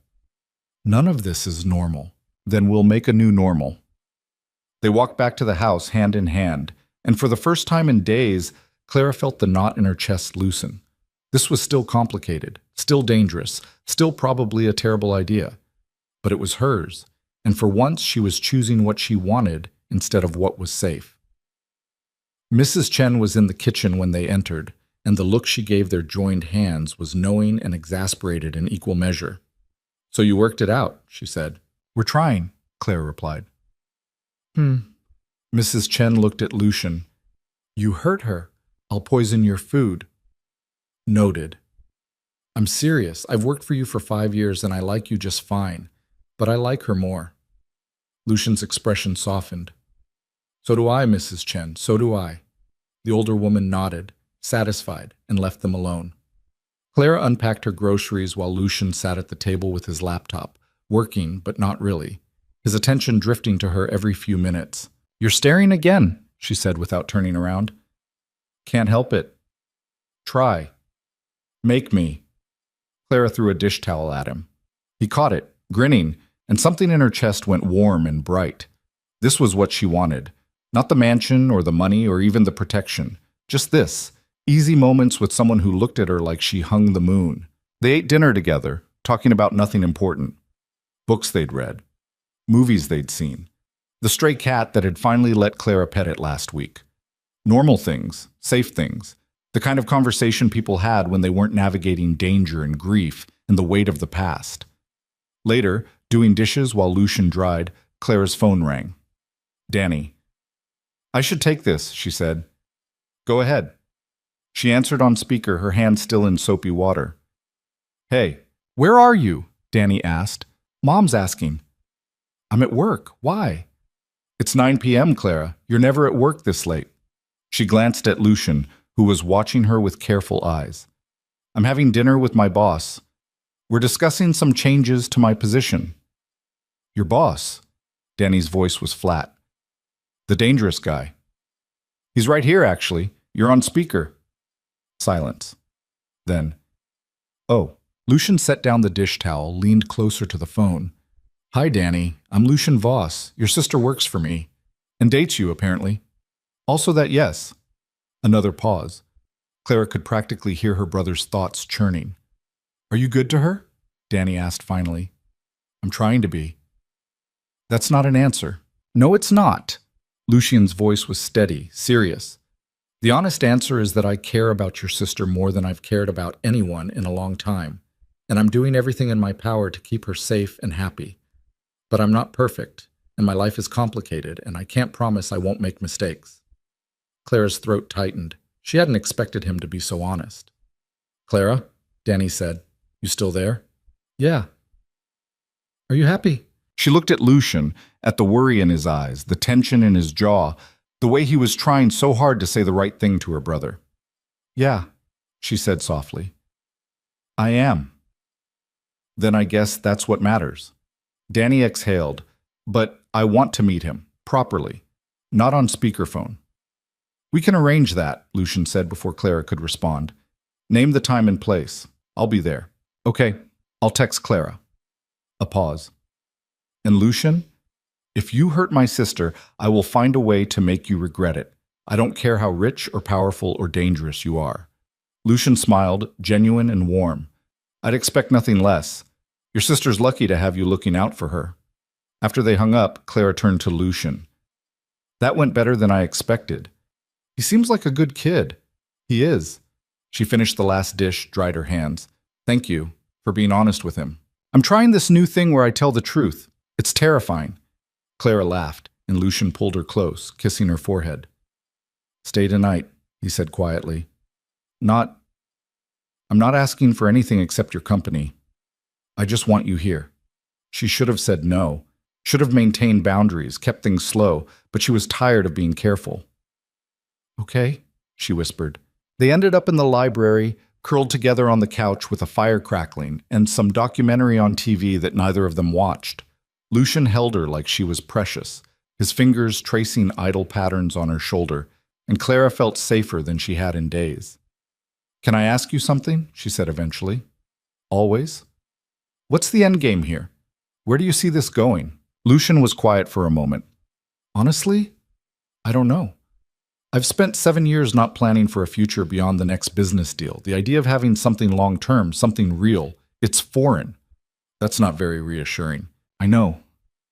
He shifted so he could see her face. But I can tell you what I want. I want more nights like this. I want to know what you look like first thing in the morning. I want to meet your family properly and have them not hate me. I want to take you somewhere that isn't this house and show you that I can be normal sometimes. He paused. I want to figure out how to build a life that includes you, however that looks. Clara's eyes burned. That's a lot of wanting. Too much? No. She kissed him, soft and sure. It's exactly enough. They stayed like that until the fire died down and the documentary ended and exhaustion pulled at both of them. Lucian walked her to one of the guest rooms, kissed her goodnight like it physically hurt to let her go. Sleep well, he said. You too. But lying in the unfamiliar bed, listening to the old house settle around her, Clara couldn't sleep. Her mind kept circling back to Marcus Volkov, to his cold smile and calculated words, to the warning that they always find a way. She didn't know who they were, didn't know what Marcus was planning or when he'd strike next. But she knew with bone-deep certainty that this peace was temporary, that the danger Mrs. Chen had warned about wasn't hypothetical. It was coming, And when it arrived, Clara would have to decide if love was worth fighting for or if some things were too dangerous to hold on to. The threat came 3 weeks later, on a Tuesday morning that started like any other. Clara was in the kitchen making coffee when Victor appeared in the doorway, his face carved from stone. "We have a situation." Her blood went cold. "What kind of situation?" "Someone left a package at your apartment building last night, addressed to you." He set a manila envelope on the counter. "Don't touch it. We already checked for explosives and biological agents. It's clean, but you need to see what's inside." Clara's hands shook as Victor opened the envelope and pulled out photographs. Her stomach dropped. They were surveillance photos. Her leaving her apartment, walking to her car, standing in the grocery store, eating lunch with Danny at a campus cafe. Every single moment from the past 3 weeks, cataloged and documented by someone she'd never seen. The last photo was different.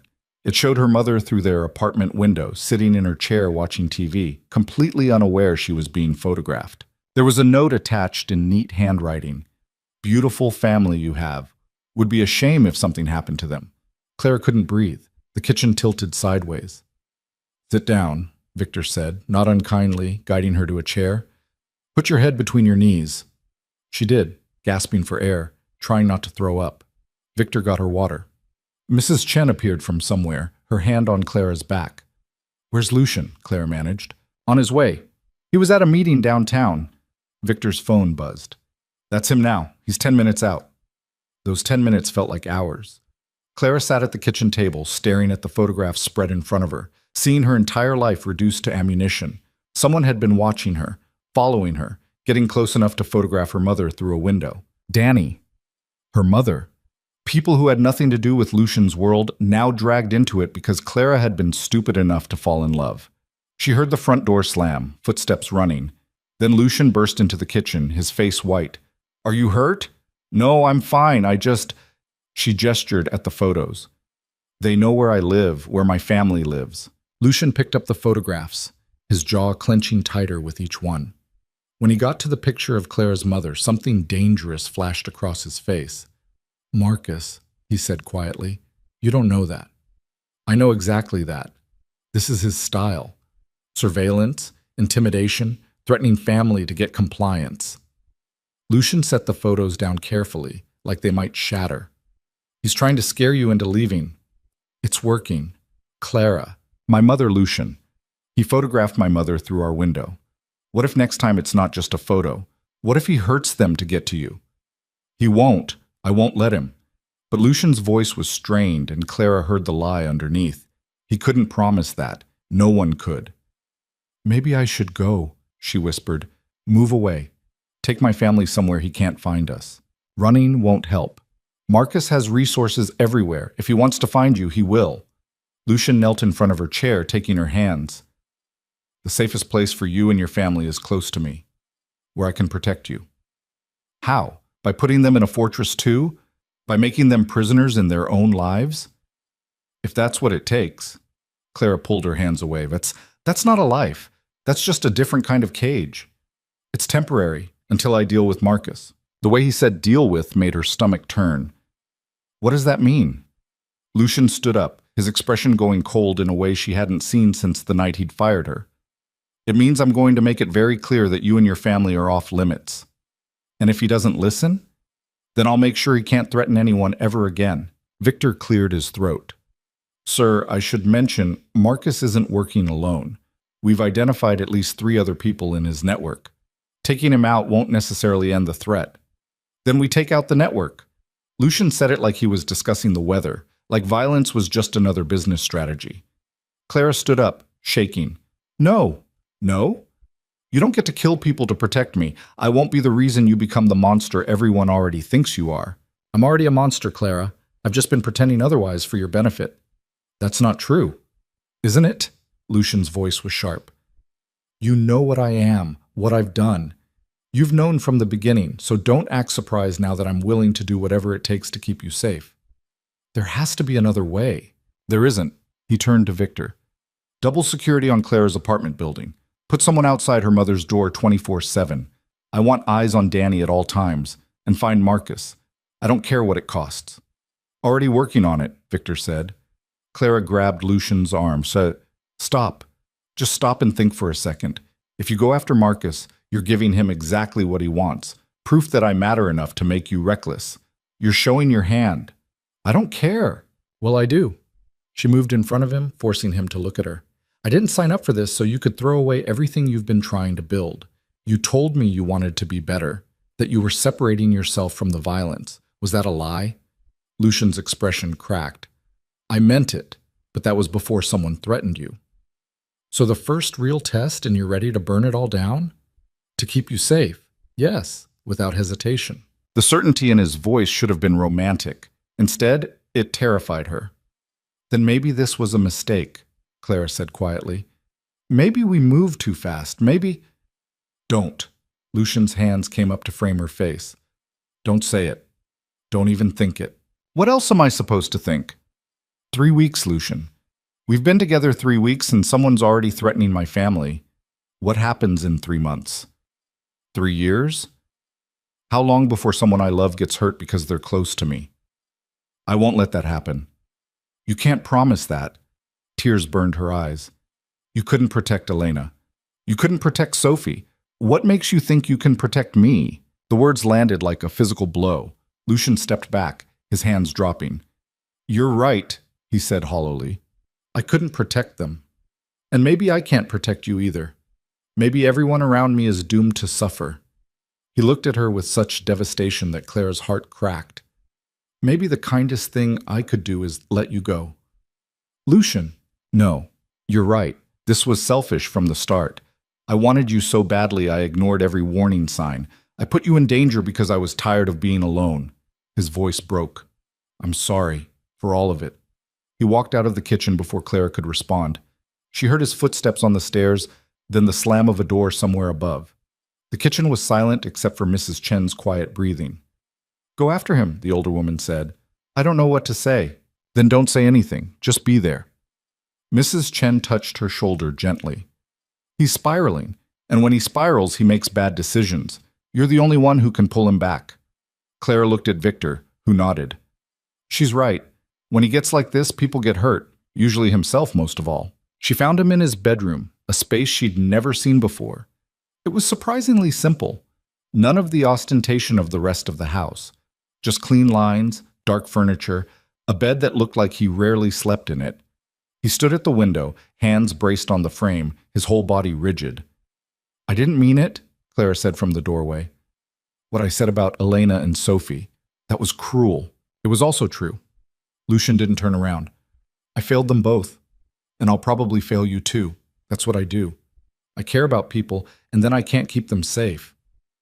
Clara crossed the room, wrapped her arms around him from behind. He was shaking.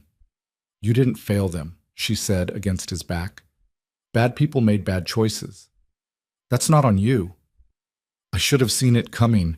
Should have been more careful. Should have what? Locked everyone you loved in a cage? Never let them leave the house? That's not protection. That's prison. Lucian turned in her arms and his eyes were wet. Then what do I do? How do I keep you safe without destroying you? You don't. Not alone. Clara took his face in her hands. You trust me to be smart. You trust Victor to do his job. You trust that we're all in this together instead of carrying it by yourself. I don't know how to do that. Then learn. Because I'm not going anywhere, Lucian. Not because of Marcus. Not because you're scared. Not because this is hard. She kissed him softly. I chose you, knowing the risks, knowing the danger, and I'm choosing you again right now. Why? His voice was raw. Why would you choose this? Because you're worth it. Because what we have is worth fighting for. Because I love you, you idiot. The words hung in the air between them. Clara hadn't meant to say them, hadn't planned this moment. But there they were, true and terrifying and impossible to take back. Lucian stared at her like she'd just handed him the world. You love me. Yeah, I do, even though you're dramatic and paranoid and way too willing to murder people on my behalf. He laughed, short and disbelieving, and pulled her close. I love you too. So much it scares me. They held each other for a long time, breathing in sync, finding stability in the storm. Finally, Clara pulled back. So what do we do about Marcus? We fight smart, not brutal. Lucian's voice was steadier now. Victor's been building a case against him. Financial crimes, racketeering, evidence that could put him away for 20 years. We turn it over to the FBI. And if that doesn't work, then we have other options, but we try the legal route first. He tucked her hair behind her ear. For you. Because you asked me to be better. I'm also going to learn self-defense, Clara said, and my family needs to know what's happening. No more secrets. They deserve to understand the danger. Lucian tensed. Clara, no arguments. Danny's smart. My mom's tougher than she looks. They can handle the truth. She squeezed his hand. And they'll handle it better than finding out later that I've been lying to them. He didn't like it. She could see the war in his eyes, every instinct screaming to control the information. But finally, he nodded. Okay, we tell them together. They went downstairs to find Victor already coordinating enhanced security. Mrs. Chen had made tea that Clara suspected was more whiskey than anything else. They sat at the kitchen table and planned, really planned. Not just Lucian issuing orders, but all of them contributing. Victor would handle the FBI handoff. Mrs. Chen knew a private investigator who specialized in stalking cases. Clara would move her family to a secure apartment Lucian owned in a better neighborhood, one with actual security and cameras and doors that locked properly. They're going to hate it, Clara said. My mom especially. She's lived in that apartment for 15 years. Then we make the new place feel like home, Lucian said. Move all their furniture, paint the walls the same colors, whatever it takes. You do that? I'd do anything for you. I thought I'd made that clear. That evening, Clara brought Danny and her mother to the mansion. Her mother took one look at the place and whistled. Well, this is different. Mom, Danny, this is Lucian Voss, my... Clara hesitated. Boyfriend, Lucian supplied, shaking their hands. An employer, though we're working on separating those roles.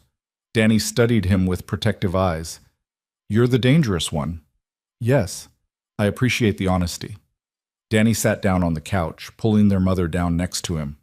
So what's the emergency? Clara said we needed to talk. Lucian looked at Clara, who nodded. He took a breath and told them everything. Marcus. The threats. The photographs. The danger. He didn't sugarcoat it or try to minimize it, just laid out the facts and waited.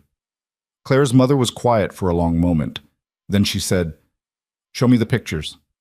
Victor produced the envelope. Her mother looked through each photograph carefully, her expression hardening. This man took pictures of me in my own home. Yes, ma'am. And you think he'll try to hurt us to get to you? It's possible, Lucian said. I'm doing everything I can to prevent that, but I need you to be aware of the risk. Okay. She set the photos down. What do you need from us? Lucian blinked. I'm sorry? You're not asking us to run. You're not paying us off to leave Clara alone, so you must need something from us. What is it?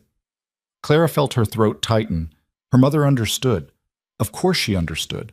I need you to let me move you, Lucian said. Somewhere safer. Somewhere with security. Just until this is resolved. And how long will that take? I don't know. Weeks? Maybe? Possibly months. Danny leaned forward. And what about school? I can't just disappear from campus. You'll have security with you. Victor's team will coordinate with campus police. You'll still attend classes, still work at the library, but someone will always be nearby. Lucian's voice was steady, professional. I understand this is an enormous imposition, and I'm sorry. If there was another way... There isn't, Clara's mother interrupted. I can see that. You care about my daughter. She clearly cares about you. And sometimes caring about people means accepting their baggage. She stood up, walked over to Lucian. But let me be very clear. If anything happens to either of my children because of your world, there is nowhere you can hide that I won't find you. Understood? Lucian actually smiled. Understood completely, ma'am. Good. Then let's see this new apartment. The move happened within 48 hours. Lucian's people were efficient, professional, and surprisingly gentle with her mother's belongings. The new apartment was 3 times the size of their old place, with actual closets and a dishwasher and windows that overlooked a park instead of a parking lot. I could get used to this, her mother admitted, exploring the master bedroom. Don't tell him that. Too late, Lucian said from the doorway, making her jump. I'm glad you approve. Over the next 2 weeks, Clara split her time between the mansion and the new apartment. Danny got used to having Victor's people shadow him, though he complained constantly about how they cramped his style. Her mother actually seemed to enjoy the security, using them as an excuse to finally take walks in the evening like she'd always wanted. And slowly, carefully, Victor and his team built a case against Marcus Volkov. They found financial irregularities, money laundering through shell corporations, connections to 3 unsolved murders, enough to make the FBI very, very interested. The day they arrested Marcus, Clara was at the mansion cooking dinner. Victor came in with the news, and Lucian actually laughed. Not his bitter laugh, but something genuine. "Is it over?" Clara asked. "Not quite. The trial will take months, and he has allies who might still cause problems." Lucian pulled her close. "But it's a start." The trial was brutal. Marcus's lawyers tried everything, attacking the evidence, questioning the witnesses, painting Lucian as the real criminal. Clara sat through some of it, watching the man who'd threatened her family try to convince a jury he was innocent. He didn't convince them. The guilty verdict came on a Friday in late spring. Clara was in the courthouse with Lucian when they read it. Guilty on 14 counts, including conspiracy to commit murder. He'd be going away for the rest of his life. Marcus looked at them as they let him out. His smile was small and cold. "This doesn't end anything," he said. "There's always someone else." But Lucian just smiled back. "Let them come. I'm not afraid anymore." And he wasn't. Clara could see it in the way he carried himself after that. Lighter somehow, like he'd put down a weight he'd been carrying for years. They walked out of the courthouse into spring sunshine, and Lucian stopped on the steps, turning to face her. "Marry me," he said. Clara blinked. "What? Marry me?" "Not now. We should probably date longer than 4 months before making it legal. But eventually, when you're ready, when this all feels less insane." He took her hands. "I want a future with you. A real one. Not just stolen moments between crises." "That's the worst proposal I've ever heard." "Probably. I'm out of practice." He grinned, and he looked younger than she'd ever seen him. "Is that a no?" "It's a ask me again when you have a ring and haven't just watched your enemy get sentenced to life in prison." Clara stood on her toes, kissed him. "But it's not a no." "I'll take it." They went home, because the mansion had become home somewhere along the way, and found Mrs. Chen in the kitchen with champagne already open. "You knew," Clara accused. "I know everything that happens in this house." Mrs. Chen poured 3 glasses. "Congratulations. Try not to have children immediately. You're both disasters." "We're working on it," Lucian said, wrapping an arm around Clara's waist. That night they sat in the garden where everything had started. The same bench, the same fountain, but everything felt different now. Lighter. Possible. "Can I tell you something?" Lucian said. "Always. The night you brought me that cake, I almost didn't call you back. Almost convinced myself it was better to let you go, that I didn't deserve another chance at this." "What changed your mind?" "I realized I'd been asking the wrong question. I kept asking if I deserved to be happy, but the real question was whether I was brave enough to try." He turned to look at her. "You made me brave again, Clara. You reminded me that love isn't weakness. It's the strongest thing we have." Clara felt tears prick her eyes. "You made me brave too. I spent so long playing it safe, taking care of everyone else, never asking for what I wanted. You taught me it's okay to want things, to fight for them. Even when they're dangerous and dramatic and way too willing to murder people on your behalf. Especially then." They stayed in the garden until the stars came out, talking about the future. Not the big things. Those could wait. Just the small things. Where to go on vacation. What color to paint the library. Whether to get a dog. Normal things. Beautiful things. The kind of things people planned when they believed in tomorrow. 6 months later, Lucian proposed again. Properly this time, with a ring that had belonged to his grandmother, and a speech he'd clearly practiced but still fumbled through nervously. Claire said yes before he finished, laughing and crying at the same time. They got married in the garden, small and private, just family and the few friends who'd stuck around through everything. Danny walked her down the aisle. Mrs. Chen cried into a handkerchief. Victor actually smiled, and when Lucian kissed her, Clara tasted 7 years of grief finally transforming into hope. The world didn't become safe overnight. There were still threats, still enemies, still moments when Clara woke up afraid. But they faced them together.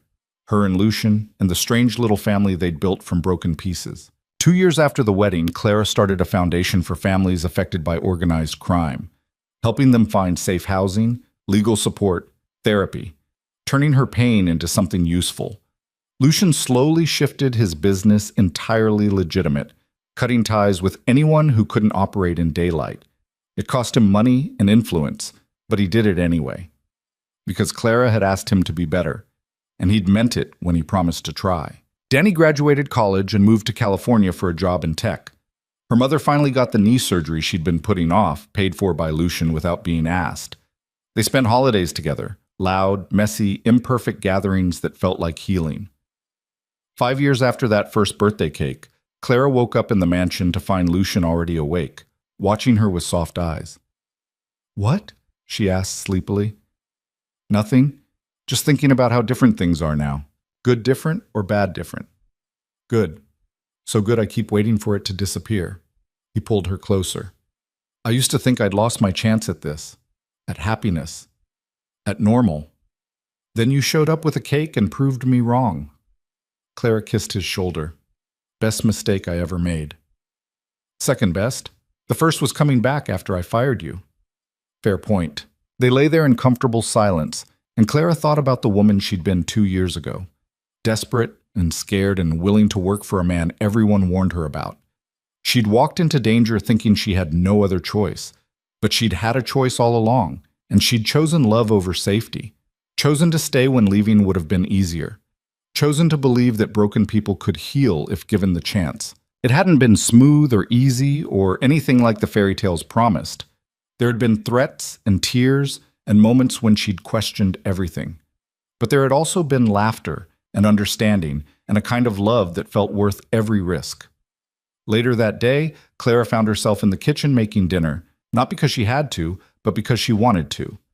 Because cooking for Lucian still felt like care, like coming home, like the simplest way to say I love you. He wandered in while she was chopping vegetables, wrapped his arms around her waist, pressed a kiss to her neck. "What are we having?" "Chicken, your favorite." "Everything you make is my favorite."